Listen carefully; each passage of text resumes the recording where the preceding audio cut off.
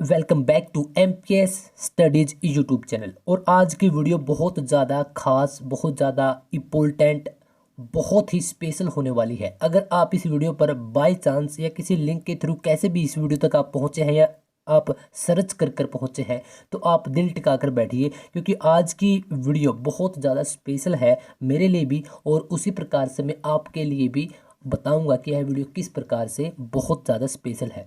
देखिए, आज की इस वीडियो में हम डिस्कस करेंगे इंडियन पार्लियामेंट के बारे में, यानी कि भारतीय संसद के बारे में। और भारतीय संसद यानी कि हमारी सरकार, डायरेक्टली में आप यही से मान सकते हैं कि हमारी सरकार के बारे में हम बात करेंगे।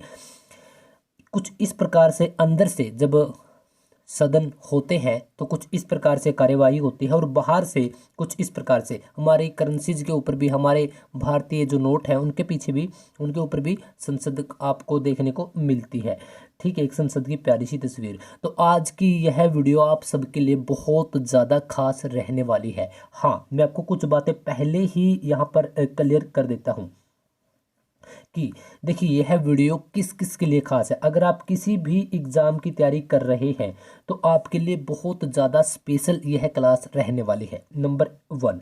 नंबर 2, अगर आप वैसे ही जानना चाहते हैं, आप एग्ज़ाम की प्रिपरेशन नहीं कर रहे, अगर आप वैसे ही जानना चाहते हैं कि जो इंडियन पार्लियामेंट है वह एक्चुअल में है क्या, तो भी आपके लिए बहुत ज़्यादा क्लास स्पेशल रहने वाली है। तीसरी और सबसे खास बात कि क्लास कितनी लंबी होगी। आई डोंट नो कि क्लास कितनी लंबी हो सकती है, लेकिन हाँ, 1 घंटे के आसपास यह क्लास रहने वाली है। बाकायदा आपकी वीडियो के नीचे टाइम भी आ चुका होगा तब तक, तो क्योंकि अभी मैं रिकॉर्ड करने वाला हूँ तो आई डोंट नो कि एक्चुअल में क्लास का जो टाइम ड्यूरेशन है वह कितना रहने वाला है। ओके, इसके बाद बात कर लेते हैं स्टार्ट होने से पहले कि जैसे कि संसद क्या है, कहाँ पर है, इसकी जो प्रॉपर लोकेशन है वह कहाँ पर है, इसके जो भी सदस्य होते हैं उनको MP भी बोलते हैं। ठीक है, तो MP किस प्रकार से इलेक्ट किए जाते हैं, किस प्रकार से चुने जाते हैं, उनको कौन कौन चुन सकता है, क्या आप डायरेक्ट चुनते हो या इनडायरेक्टली रूप से चुने जाते हैं, संसद के कितने संसद के कितने मुख्य पिलर्स होते हैं, कितने इसके अंग होते हैं, जैसे राज्यसभा, लोकसभा, राष्ट्रपति, प्रधानमंत्री। तो क्या प्रधानमंत्री भी इसका एक अंग होता है या राष्ट्रपति? तो बहुत सारी बातें हैं, किस अनुच्छेद में इसका वर्णन किया गया है। तो आपके एग्जाम के पॉइंट से भी और आपकी वैसे बेसिक नॉलेज के लिए भी तो वीडियो ज़्यादा लंबी तो नहीं खींचेंगे, खैर जितनी बनेगी तो उससे कम भी हम नहीं बनाएंगे, क्योंकि यह 1 घंटा आपकी पूरी लाइफ आपकी, आपको लगेगा कि हाँ आज मैंने कुछ सीखा है। तो MPS स्टडीज यूट्यूब चैनल हमेशा आपके सपनों के ऊपर लगातार काम कर रहा है। तो चलिए, और हाँ एक बात और कि जैसे ही वीडियो हमारी कंप्लीट होगी उसके तुरंत बाद हमने बहुत सारे क्वेश्चन भी डाले हैं इसी वीडियो के आखिर में। तो आपको बहुत मज़ा आएगा जब आपको लगेगा कि हाँ, मैंने 20-25 जितने प्रश्न हैं कि आपने मैक्सिमम को आज इस वीडियो में सीखा और आखिर में उनको रिवाइज भी कर लिया, वह आपके सभी ठीक मिलेंगे। तो सबसे पहले एक बार हम यह भी जान लेते हैं कि संसद, जिसके ऊपर आज की यह पूरी वीडियो बनने वाली है, तो संसद सबसे पहले कहते किसे है। संसद जिसको हिंदी में बोला जाता है और पार्लियामेंट जिसको इंग्लिश में बोला जाता है। तस्वीर मैंने आपके साथ साझा कर ही ली। तो यह एक PDF फाइल है जिसमें वह तस्वीर तो नहीं है, लेकिन इस पूरी फाइल को, इस पूरी PDF को आप अगर चाहते हैं तो आप नीचे दिए गए लिंक से डाउनलोड भी कर सकते हैं। लेकिन उससे पहले आप दिल टिकाकर इस वीडियो को देख लीजिए, ताकि आपको अच्छे तरीके से यह समझ आ सके कि एक्चुअल में आज मैंने क्या पढ़ा है, क्या सीखा है। तो संसद जिसको हिंदी में बोलते हैं और इंग्लिश में पार्लियामेंट यूज करते हैं इसके लिए। तो देखिए, बिल्कुल आसान शब्दों में, किसी किताब से मैंने वैसे लाइनें नहीं उठाई है, गूगल से लाइनें वैसे नहीं उठाई है, जिस प्रकार से हम आम बोलचाल की भाषा में यूज करते हैं, तो उन शब्दों को जोड़कर फिर आपको बिल्कुल सरल भाषा में समझाने का प्रयत्न किया है। तो चलिए बढ़ते हैं हमारी डेफिनेशन की तरफ। देखिए, संसद या फिर पार्लियामेंट एक घर है, एक हाउस है, जहां पर हमारे द्वारा चुने गए राजनेता बैठते हैं।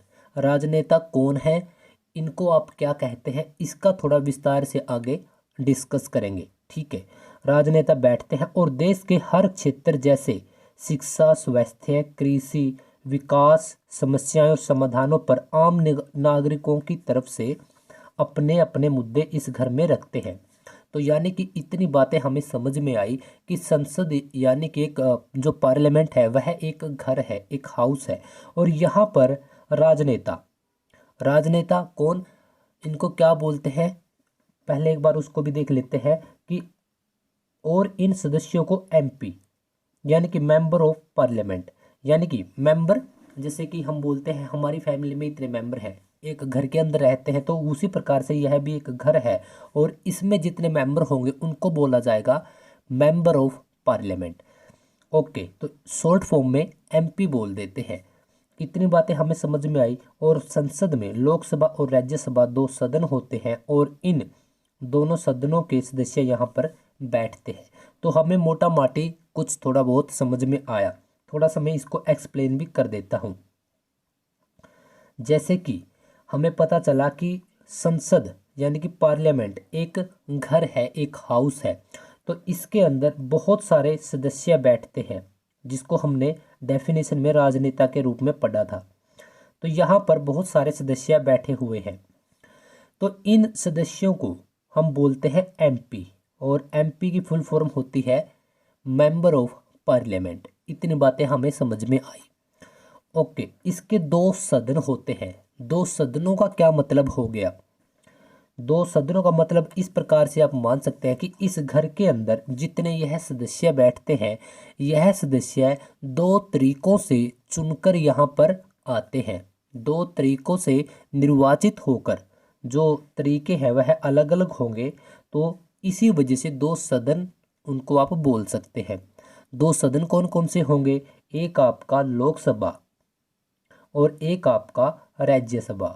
तो लोकसभा और राज्यसभा, यह दो शब्द आपने पहले भी सुन रखे होंगे और इसके ऊपर विस्तार से आज इस पूरी वीडियो में हम एक अच्छी गहराई के साथ विस्तारपूर्ण इस वीडियो में हम डिस्कस करने वाले हैं। तो इतनी बातें हमें समझ में आ गई। तो चलिए अब थोड़ा सा हम आगे बढ़ लेते हैं।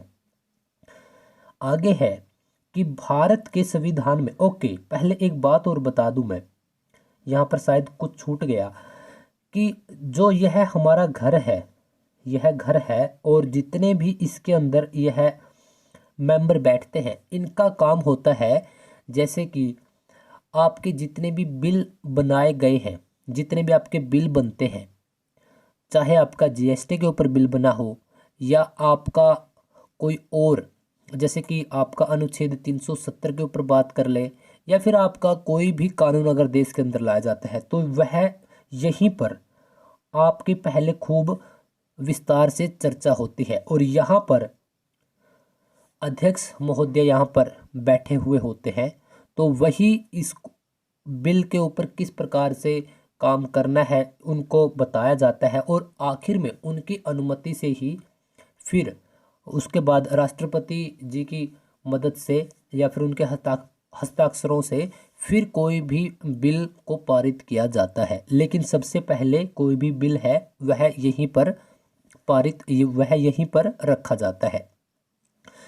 और इसके अलावा जैसे कि कोई भी मुद्दा हो, किसी भी अगर विशेष क्षेत्र की बात करें, किसी भी फील्ड की बात करें, शिक्षा के ऊपर, स्वास्थ्य के ऊपर, या फिर अदर कोई भी फील्ड है, कोई भी सेक्टर है, तो उन सभी की जो भी समस्याएं हैं, समाधान है, किस क्षेत्र में किस प्रकार से ग्रोथ की जा सकती है, वह सभी यहीं से निकल कर आती हैं बातें। और यहाँ पर हम आम नागरिकों की बातें भी यहाँ तक पहुँच जाती है। वह कैसे? आपका जो आपके एमपी हैं, आगे आपको पता चलेगा कि आपके एमपी, आपके क्षेत्र विशेष से आपके एमपी कौन है, तो उन तक बात हम आम नागरिक पहुंचाते हैं। और वह जब सत्र शुरू होते हैं तो पार्लियामेंट के, तो वो यहाँ पर देश के विभिन्न हिस्सों से यहाँ पर आते हैं और अपनी अपनी जो समस्याएं हैं वह अध्यक्ष महोदय के सामने रखते हैं और उनके जो समाधान होता है वह हमें सबको पता चल ही जाता है। तो और भी आगे इसको थोड़ा सा विस्तार से हम जानेंगे। तो हमने मोटा माटी इतनी बातें संसद के बारे में पता कर ले। तो चलिए, एक बहुत ही महत्वपूर्ण बात कि भारत के संविधान में जो संसदीय प्रणाली यानी कि जो जिसके ऊपर हम बात कर रहे थे, वह प्रणाली ब्रिटिश संविधान से ली गई है। यानी कि अगर हम साधारण भाषा में बात करें तो जो ब्रिटिश संविधान है, वहाँ की है ये मुख्य प्रणाली। वहाँ पर ऐसा सिस्टम है और वहाँ से जो यह सिस्टम हमने भारत में लिया गया है। तो इतनी बातें हमने देख ली। अब बात करते हैं जिस संसद के ऊपर आज का हमारा विशेष ध्यान है। तो उसके 3 अंग होते हैं, जिसको मैंने 3 पिलर्स के बारे में बताया था कि इसकी 3 मुख्य अंग होते हैं, 3 पिलर होते हैं इसके। तो पहला होता है आपका, देखिए पहला क्या, एक बार यह रहे वह 3 अंग आपका लोकसभा, राज्यसभा और राष्ट्रपति। देखिए, जो आपका राज्यसभा है वह होता है आपका उच्च सदन, और जो आपका लोकसभा है वह होता है आपका निम्न सदन, और राष्ट्रपति यह होता है इसका तीसरा मुख्य अंग। थोड़ा सी अगर हम बात करते हैं, अब हमने यह देख लिया कि संसद कहते किसे हैं, इसके जो मुख्य अंग हैं उनको हमने देख लिया। ओके, अब बात कर लेते हैं हम कि जो हमारा संविधान है उसके अंदर कहाँ पर किस अनुच्छेद में यह लिखा गया है कि यह सब चीज़ें हमारे भारत के संविधान के अंदर होंगी ही होंगी। तो जो भारत का संविधान का अनुच्छेद 79 यानी कि 79, उसके अंदर बोला गया है कि एक संसद होगी। 80 के अंदर बोला गया कि राज्यसभा होगी, और 81 के अंदर बोला गया है कि एक लोकसभा होगी भारत की संसद की। ओके, तो इतनी बातें हमें, क्या आपको यह ध्यान रहेंगी? तो इसके लिए एक छोटी सी ट्रिक भी बना लेते हैं। भारत की संसद में अगर आप देखते हैं संसद, तो आपको नजर आ रहा है 7, और यहाँ से हमने देख लिया जो पहली संसद यानी कि संसद कुछ ऐसा आ रहा है कि देखिए से 7, से फिर 7 और द से फिर 10, यानी कि हमारा आया 7710। तो क्या इतने अनुच्छेद हैं हमारे भारत के संविधान में? नहीं, 395 अनुच्छेद है, तो यह बहुत ज़्यादा हो जाते हैं। तो इस प्रकार से यह फॉर्मूला गलत हो जाता है। लेकिन अगर हम एक 7 को हटा देते हैं तो क्या इतने अनुच्छेद हैं? इतने भी नहीं है, तो यह फॉर्मूला भी हमारा गलत हो जाता है। लेकिन अगर हम पहले 77 को उठा लेते हैं, क्या इतने अनुच्छेद हैं? हाँ, इतने अनुच्छेद हैं। अगर हम 7 को काट देते हैं, एक बार इस 7 को आप अगर काट दोगे तो क्या 710 अनुच्छेद है? नहीं है। लेकिन अगर आप इस 7 को भी काट दोगे तो 710 तो नहीं है, लेकिन अगर आप इस 7 को, दूसरे 7 को ऐसा का ऐसा रखोगे और 10 में से अगर एक कम कर दोगे तो कितना बचा? 9। क्या इतने अनुच्छेद हैं? जी हाँ, इतने अनुच्छेद हैं, और इसी अनुच्छेद में उल्लेख किया गया है संसद का। शायद आपको थोड़ा बहुत समझ में आ गया होगा। ट्रिक एक छोटी सी हल्की सी है, शायद आपको याद रह सके। तो अगर 79 में संसद का उल्लेख है तो संसद का पहला अंग जो उच्च सदन है वह कौन सा है? राज्यसभा।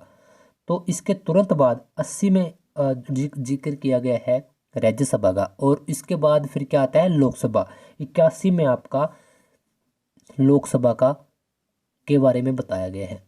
तो यह 3 अनुच्छेदों को आपने बिल्कुल बारीकी से ध्यान रख लेना है। आप किसी भी प्रकार के एग्जाम की तैयारी कर रहे हो, चाहे आपका एसएससी का किसी भी लेवल का एग्ज़ाम हो, सीजीएल हो, सीएचएसएल हो, एमटीएस हो, अलग अलग पेज के एग्ज़ाम होते हैं। आपका चाहे दिल्ली पुलिस का हो, सीपीओ का हो, आपका एसआई का हो, किसी भी प्रकार का, आपका रेलवे से रिलेटेड कोई भी, या फिर आपका बैंकिंग, यानी कि अगर आप भारत के अंदर किसी भी प्रकार के एग्ज़ाम की तैयारी करते हो जहाँ पर आपकी जीके पूछी जाती है, जीएस पूछी जाती है, तो वहाँ पर आपके यह बहुत मोस्ट इम्पोर्टेंट हो जाते हैं। अगर आप वैसे ही जानने के इच्छुक हैं तो आपके लिए पूरा का पूरा टॉपिक बहुत ज़्यादा मोस्ट इम्पोर्टेंट है। लेकिन मैं एग्ज़ाम की दृष्टि से आपको बताता चलूँ कि यह बहुत बार पूछे गए हैं अलग अलग एग्ज़ाम्स में। तो हमने इतना देखा। अब हम बात करते हैं लोकसभा की। लोकसभा के बारे में हम पहले बात कर लेते हैं, इसके बाद हम राज्यसभा के बारे में बात करेंगे। तो देखिए, लोकसभा को हाउस ऑफ द पीपल यह नाम 1954 में दिया गया था। 1954 में लोकसभा का क्या नाम दे दिया गया था? लोकसभा को हाउस ऑफ द पीपल, इस नाम से भी लोकसभा जानी जाती है। दूसरा पॉइंट है कि यह संसद का निम्न सदन होता है।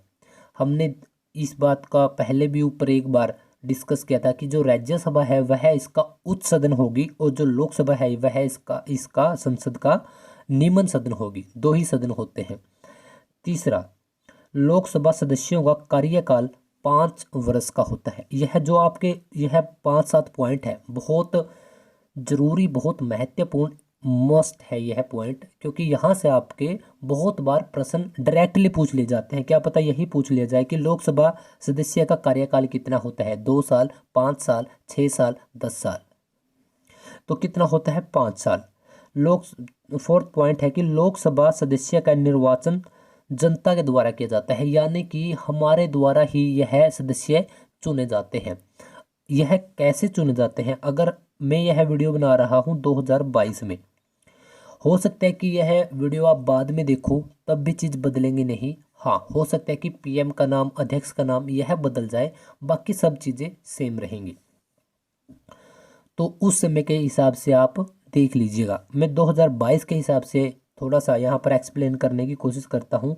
2019 में हमारे चुनाव हुए थे, यानी कि जो हमारे सरकार है वह चुनी गई थी इंडिया की 2019 के अंदर, क्योंकि जो लोकसभा के सदस्य है वह हमारे द्वारा चुने जाते हैं और लोकसभा के सदस्य ही सरकार का निर्माण करते हैं। जैसे कि 2019 में फिलहाल भी अभी तक बीजेपी की सरकार है, भारतीय जनता पार्टी, और 2019 के आखिर में अगस्त नवंबर के आसपास यह सत्ता में आई थी बीजेपी। तो अगर आपको भी ध्यान है तो हम सब ने मिलकर उस टाइम पे वोटिंग की थी, जिसको हम बोलते हैं, हमारा जो हल्का होता है उसका हम क्या बोलते हैं? देखिए, एक होते हैं आपके विधानसभा के चुनाव, अगर आपको ध्यान है तो एक होते हैं आपके विधानसभा के चुनाव। विधानसभा के चुनाव कहाँ पर होते हैं? यह होते हैं आपके राज्य के स्तर पर। और एक होते हैं आपके लोकसभा के चुनाव। लोकसभा, देखिए, जो विधानसभा के चुनाव होते हैं, जब हम हमारे हलका का कोई भी जो कैंडिडेट होता है उसको हम बोलते हैं एमएलए, है ना। और एमएलए जब हम चुनते हैं, जो भी आपका हल्का रहा है या अब भी होगा, तो उसमें बहुत सारे प्रतिनिधित्व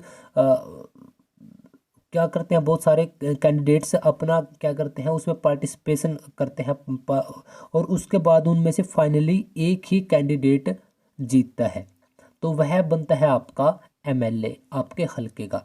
और जिस पार्टी के, बीजेपी की अगर कोई भी पार्टी है, कांग्रेस है या फिर अदर पार्टी है, स्टेट जो भी राज्य है, राज्य के स्तर पर क्षेत्रीय पार्टी भी काम बहुत अच्छे तरीके से करते हैं। जैसे कि मैं हरियाणा से हूँ, तो यहाँ पर भी जेजेपी पार्टी, जननायक जनता पार्टी, और फिलहाल बीजेपी पार्टी, यह दोनों पार्टियां गठबंधन में, यानी कि मिलकर हरियाणा के अंदर अभी फिलहाल हरियाणा की सत्ता में काम कर रही है। हरियाणा सरकार में, हरियाणा के अंदर इन दोनों पार्टियों की सरकार है। तो जो एमएलए होता है वह चुने जाते हैं हमारे द्वारा ही, और तभी बनती है एक राज्य की सरकार। तो ठीक इसी प्रकार से क्या होता है, लोकसभा के सदस्य होते हैं और उनकी वोटिंग भी हमारे द्वारा ही की जाती है। और उसके बाद क्या होता है, उसके बाद बनती है हमारी इंडियन गवर्नमेंट, हमारी भारत की सरकार। ओके, इतनी बातें आपको समझ में आई। देखिए, इसके बाद अगला इसका पॉइंट है कि लोकसभा के अध्यक्ष और उपाध्यक्ष की नियुक्ति लोकसभा के सदस्यों के द्वारा की जाती है। जो लोग अभी फिलहाल ओम बिरला जी हैं हमारे लोकसभा के अध्यक्ष, तो इनकी नियुक्ति किसके द्वारा की जाती है? लोकसभा के सदस्यों के द्वारा। ओके, अगला हमारा पॉइंट है कि राष्ट्रपति द्वारा बुलाए गए संयुक्त सत्र की अध्यक्षता लोकसभा का अध्यक्ष करता है। जो राष्ट्रपति क्या करता है, लोकसभा राज्यसभा का जो सत्र है, जो संयुक्त सत्र है, उसको बुलाने का कार्य करता है और इसकी अध्यक्षता कौन करते हैं, लोकसभा के अध्यक्ष करते हैं। इतनी बातें आपको पता होनी बहुत जरूरी है। और सेम यही जो तरीका है वह किसी भी राज्य के अंदर विधानसभा के अंदर मनाया जाता है या फिर अपनाया जाता है।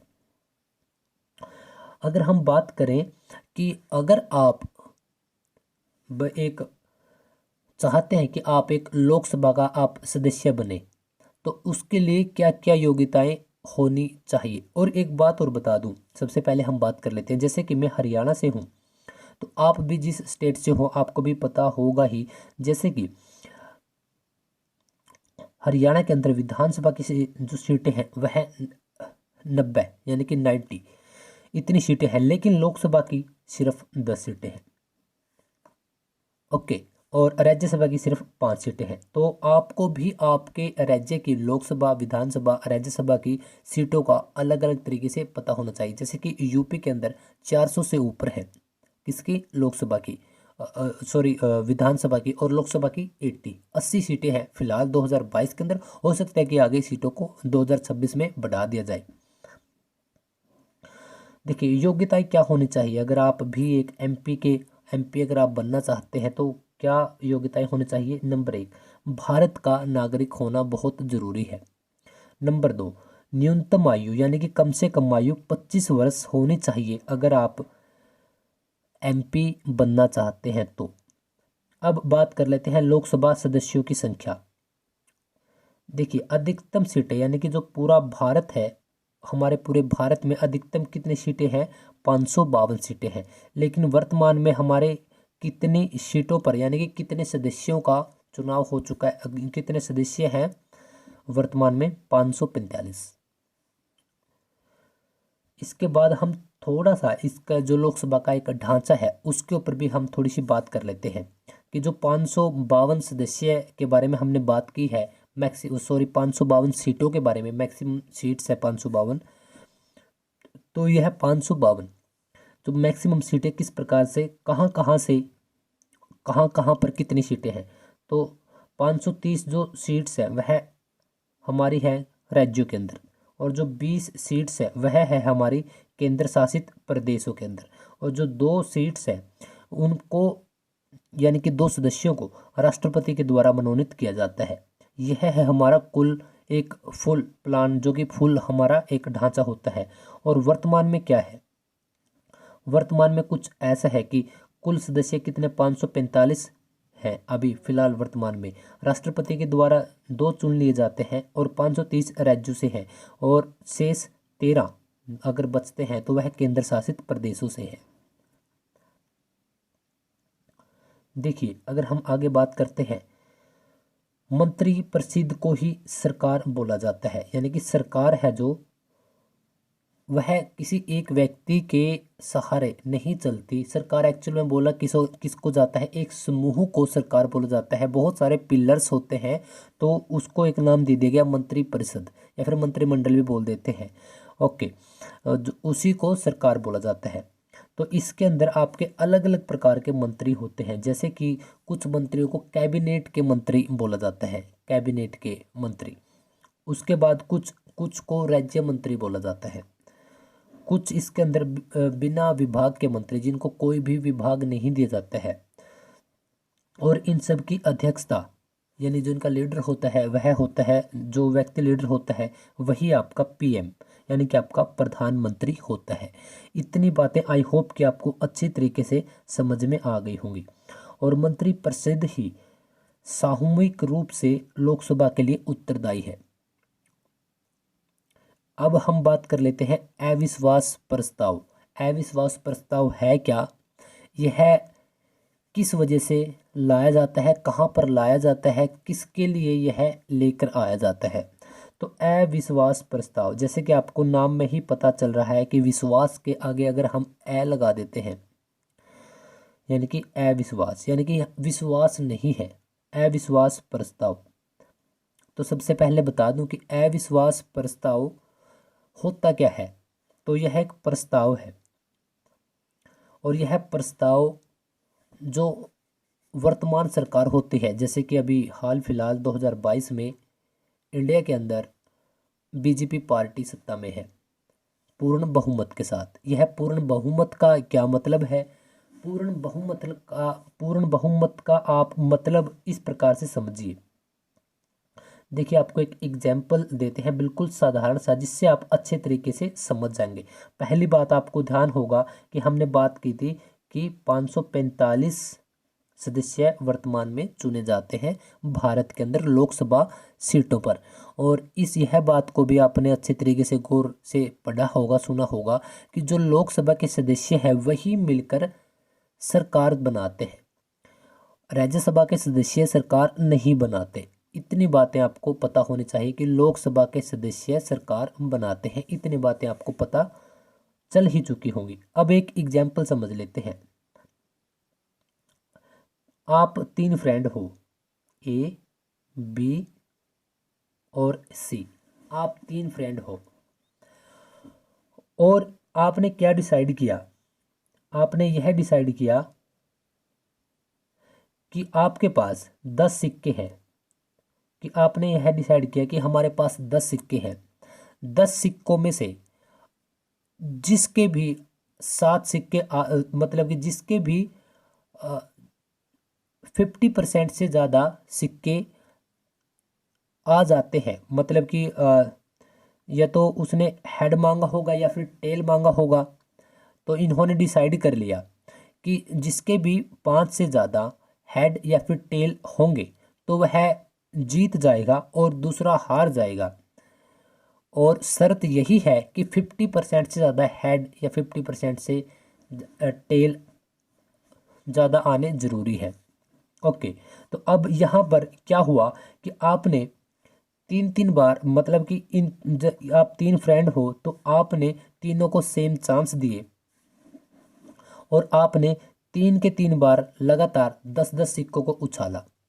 ओके, तो यहाँ पर चांस क्या हो गया कि यहाँ पर चांस हो गया कि ए, बी, सी। अरे यार, वो तो निकल ही गया। चलिए कोई नहीं, दोबारा से फिर यह लिखना पड़ेगा। चलिए मैं आपको सीधा ही वैसे ही समझा देता हूँ। देखिए, जैसे कि हमारी 545 सीटें हैं। 545 सीटों में से जिस भी एक पार्टी की 50% से ज़्यादा, यानी कि 50% से ज़्यादा सीटें पूरे भारत के अंदर से किसी एक पार्टी की आ जाएगी तो वह आपकी सत्ता में होगी अगले 5 सालों के लिए, यानी कि उस पार्टी को सरकार के रूप में नियुक्त कर दिया जाएगा अगले 5 सालों के लिए।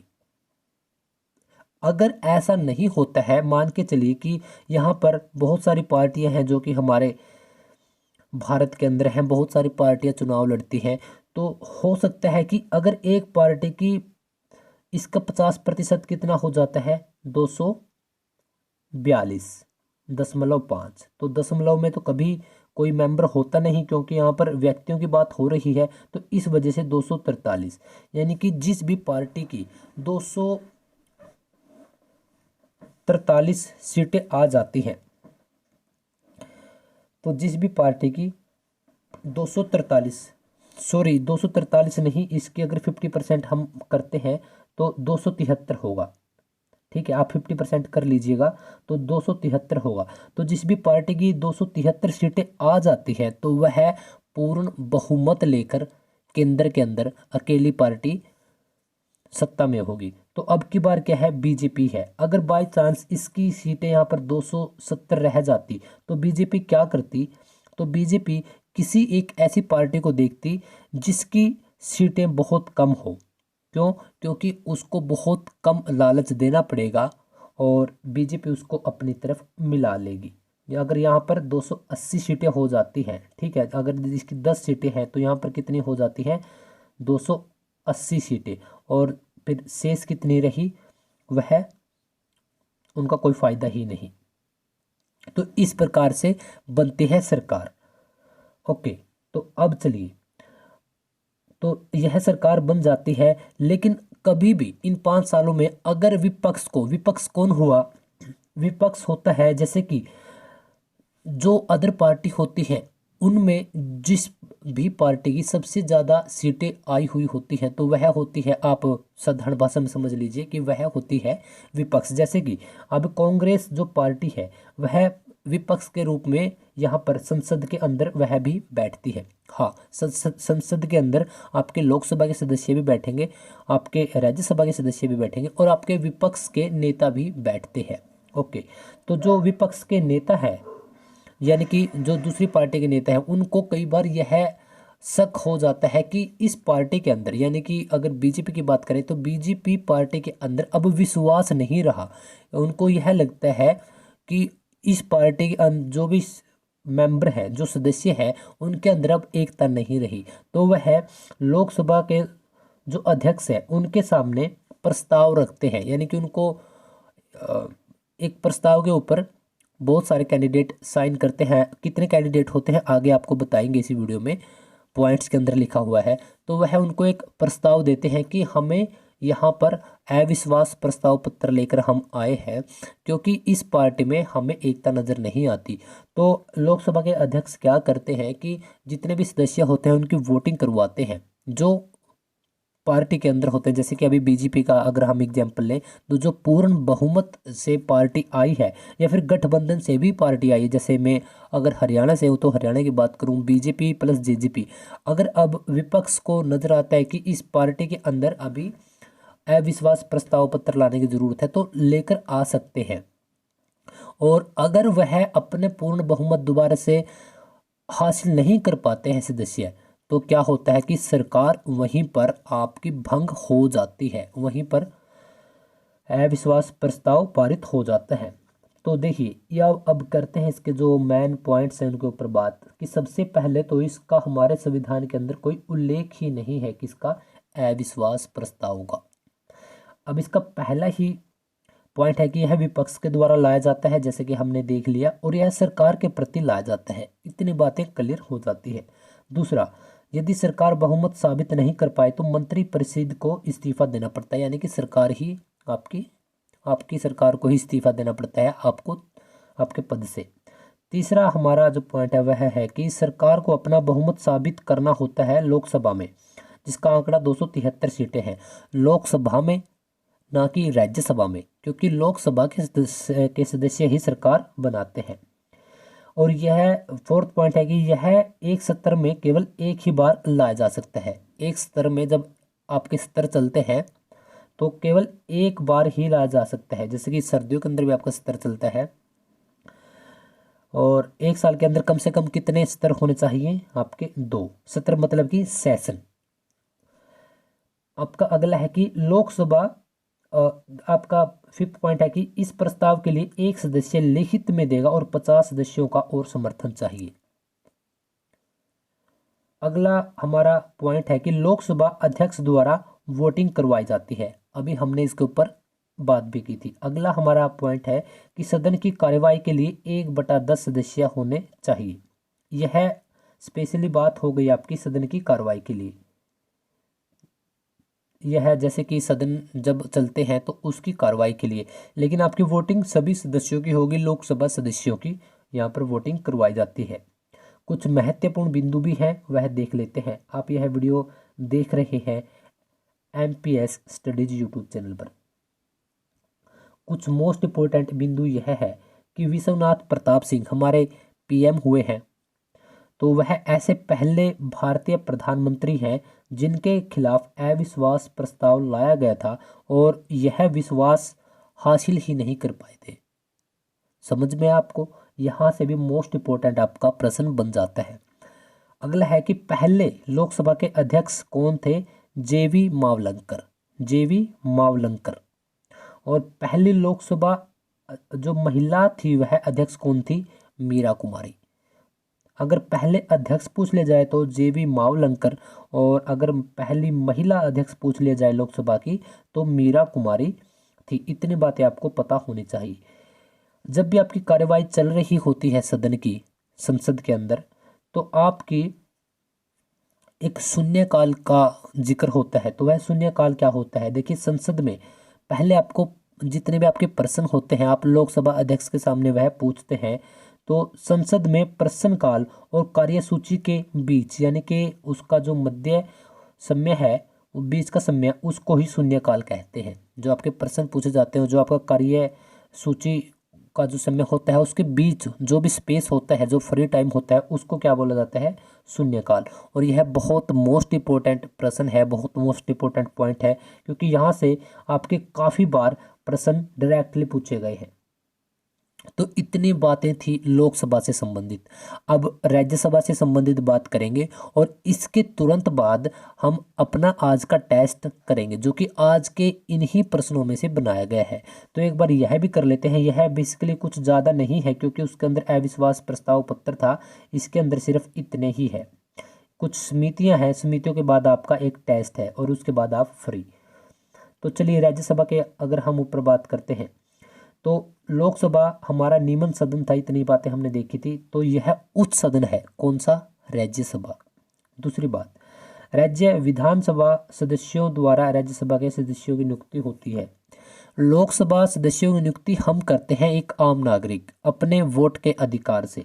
और जो राज्यसभा के जो राज्यसभा के सदस्य यानी कि एमपी होते हैं, उनको राज्यसभा विधानसभा के सदस्यों के द्वारा चुना जाता है। अभी मैंने ऊपर एक एग्जाम्पल भी दिया था कि जो हमारी विधानसभा सीट्स होती हैं, जो जैसे कि हमारा हलका है, उसके अंदर बहुत सारे लोग, बहुत सारे कैंडिडेट खड़े होते हैं इलेक्शनों में, अपना नाम दर्ज करवाते हैं, और फाइनली उनमें से एक मेंबर बनता है। बहुत बार ऐसा भी होता है कि वह किसी भी पार्टी का नहीं होता, एक आज़ाद उम्मीदवार के रूप में होता है। लेकिन अगर वह उसकी मदद से सरकार बनी हुई है, ठीक है, तो उसकी अगर मदद से सरकार बनी हुई है, तो वह वोटिंग करता है राज्यसभा के सदस्यों को, उनकी नियुक्ति, उनको उनके निर्वाचन के लिए। तो हम नहीं कर सकते राज्यसभा के सदस्यों को उनका चुनाव। तीसरी मोस्ट इम्पोर्टेंट बात है कि हर 2 सालों में 1/3 सदस्य सेवानिवृत्त हो जाते हैं और नए सदस्य चुन लिए जाते हैं।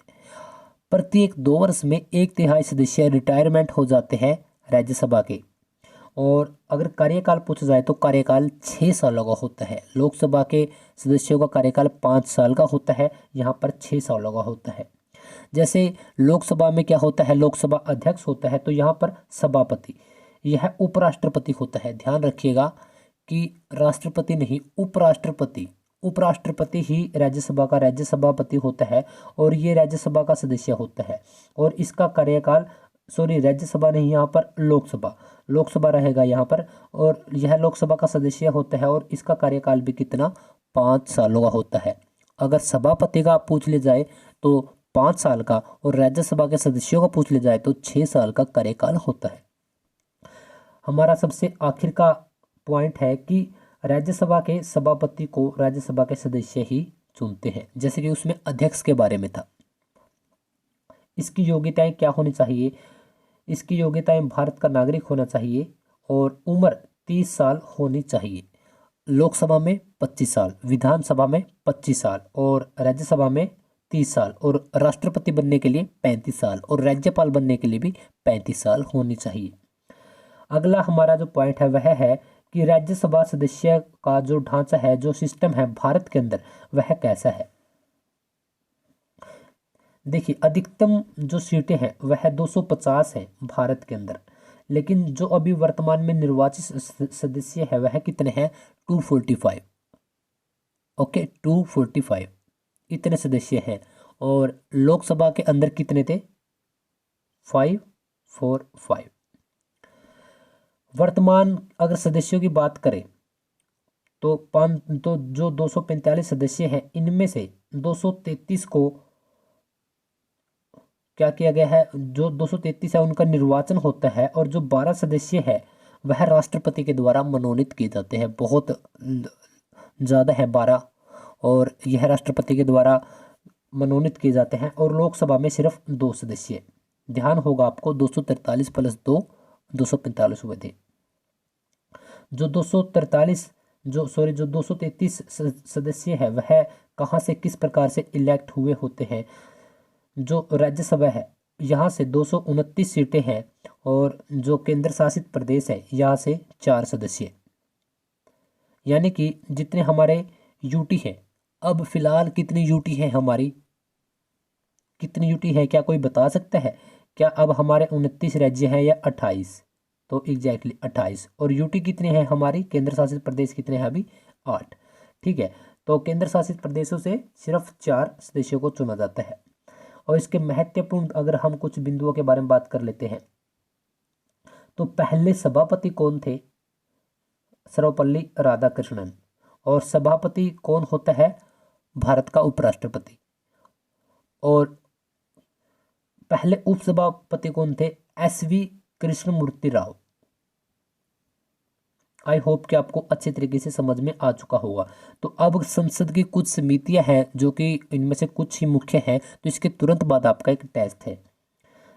और आप डरिए मत, क्योंकि अगर अभी तक आपने इस वीडियो को बिल्कुल गहराई से दिल के सुकून के साथ अगर अभी तक आप बैठे हुए हैं, तो आपके लिए बहुत ज़्यादा फायदेमंद रहने वाला है यह वीडियो। अब सिर्फ 10 मिनट का और 10 मिनट से भी कम का ही हमारा यह लेक्चर बचा है।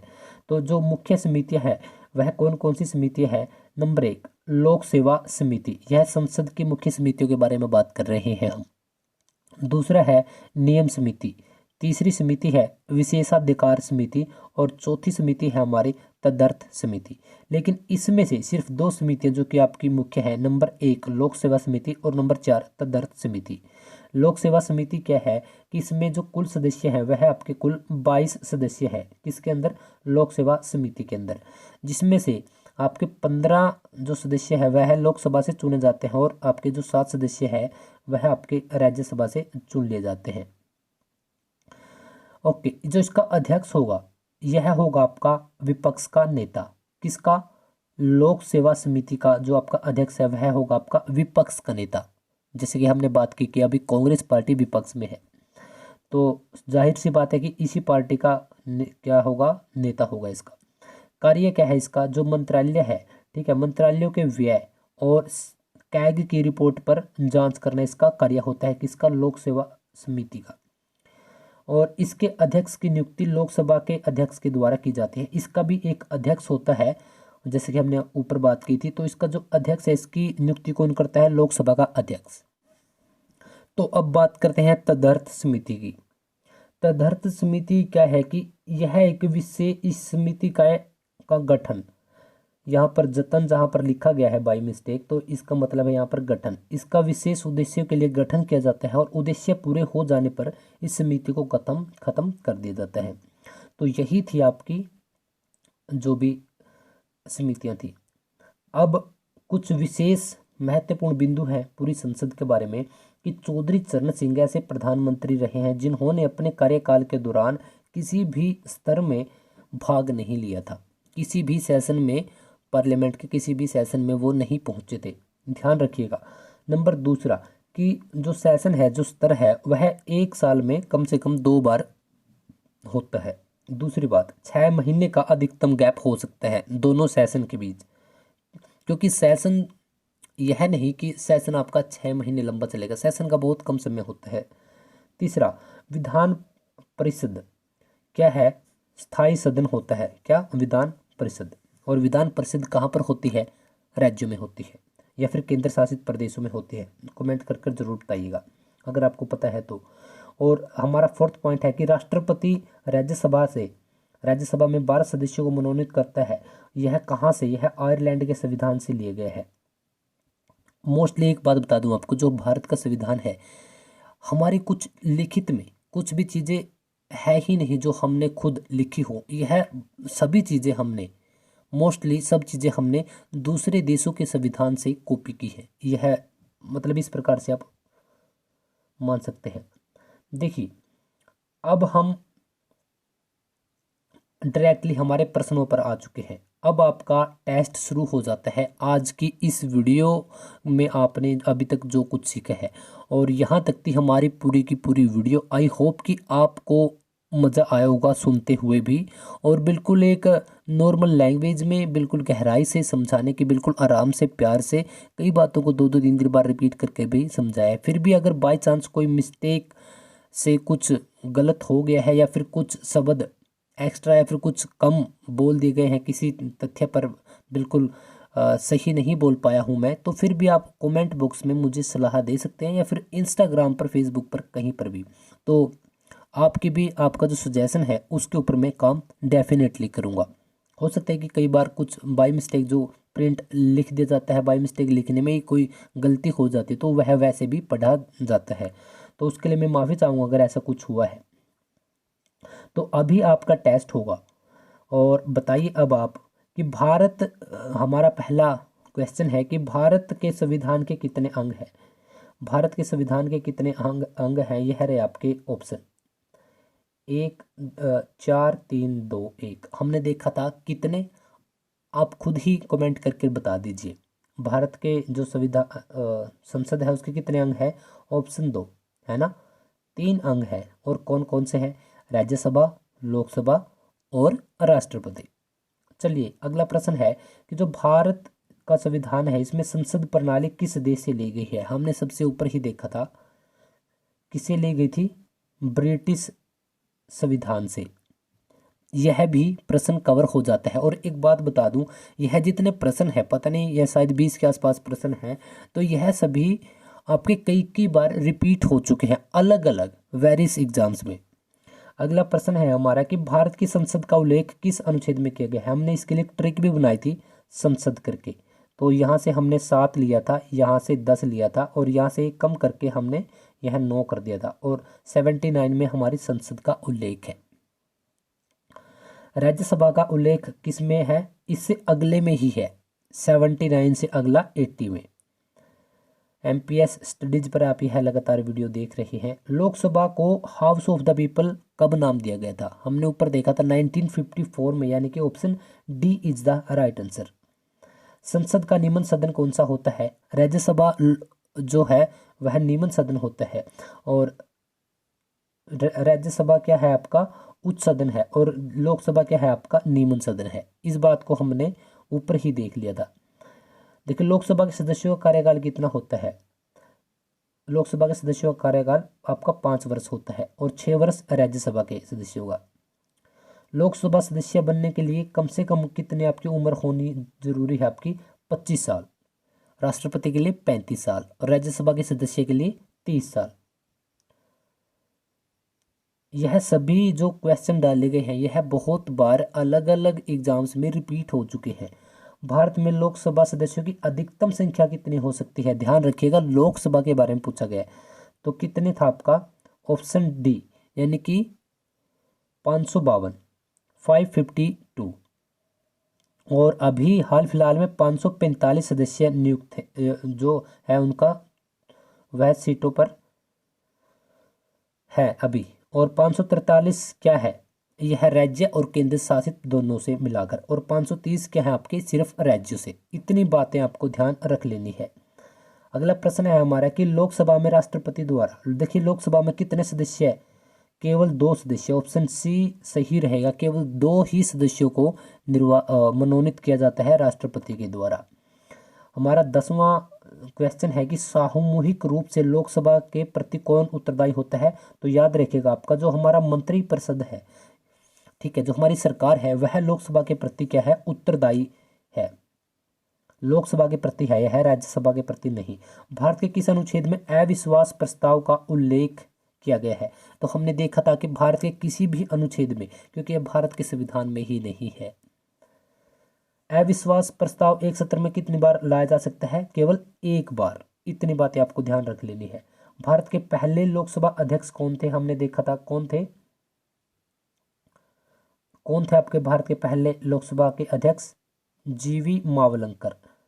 ओके। और भारत की पहली भारत की महिला लोकसभा अध्यक्ष कौन थी, मीरा कुमारी। और शून्यकाल किसे कहते हैं, जब प्रश्नकाल और कार्यसूची का जो बीच का समय है उसे क्या कहते हैं, शून्यकाल। बिल्कुल इजी प्रश्न है, और यह बार बार पूछे गए हैं। संसद का उच्च सदन कौन सा होता है, ऑप्शन बी राज्यसभा। बिल्कुल आसान है प्रश्न है दोस्तों ये। राज्यसभा सदस्यों का कार्यकाल जो समय है वह कितना होता है? अब आप बताइए, अब आप फंस सकते हो, क्योंकि बहुत सारे लोग लिख देंगे, बहुत सारे बच्चे 5 साल, लेकिन यहाँ पर नहीं, 6 साल होता है लोकसभा का, सॉरी राज्यसभा का, और लोकसभा का 5 साल। अगर राज्यसभा के सभापति का पूछा जाए तो फिर कितना होगा? 5 साल, क्योंकि राज्य सभापति कौन होता है? उपराष्ट्रपति। हमारा अगला क्वेश्चन है कि राज्यसभा का सदस्य बनने के लिए कम से कम आयु 30 साल, और 25 साल किसके लिए? लोकसभा के लिए, और 35 साल राष्ट्रपति के लिए, और 21 साल किसके लिए होगी? बताइए, 21 साल किसके लिए होगी? देखिए, राज्यसभा की अधिकतम सीटें कितनी है? 250। और अभी कितने सदस्य है राज्यसभा के? 245। 233 क्या है आपके केंद्र शासित और राज्यों से, और आपके 12 सदस्यों को मनोनीत किया जाता है राष्ट्रपति के द्वारा।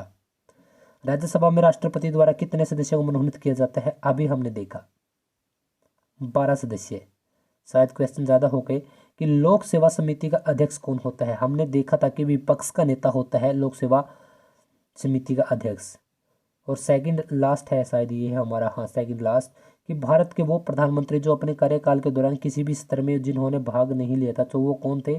चौधरी चरण सिंह, हमने देखा था। और किस सदन को भंग नहीं किया जा सकता? तो राज्यसभा को। तो राज्यसभा को स्थायी सदन भी बोला जाता है, और लोकसभा को अस्थायी सदन भी बोला जाता है, क्योंकि इसको भंग किया जा सकता है। तो यह थे हमारे इतने प्रश्न, और यह 16 पेज की आपकी PDF फाइल अब कंप्लीट हो चुकी है, क्योंकि आप यहाँ पर देख सकते हैं। तो आई होप कि आपको वीडियो बहुत पसंद आई होगी, और वीडियो देख लीजिएगा अब आप कितनी लंबी है, बन चुकी है। तो अगर आपको यह वीडियो, सबसे पहले आप यह बताइए कमेंट करके कि यह वीडियो आपको कैसी लगी। 25 आपके यहाँ पर क्वेश्चन भी पुटअप किए गए हैं, और ज़बरदस्त क्वेश्चन है। यह सभी वही क्वेश्चंस हैं जो पीछे बहुत बार अलग अलग वेरियस एग्जाम्स में पूछे गए हैं। तो वीडियो आपको कैसी लगी? वीडियो क्या ज़्यादा लंबी तो नहीं हुई?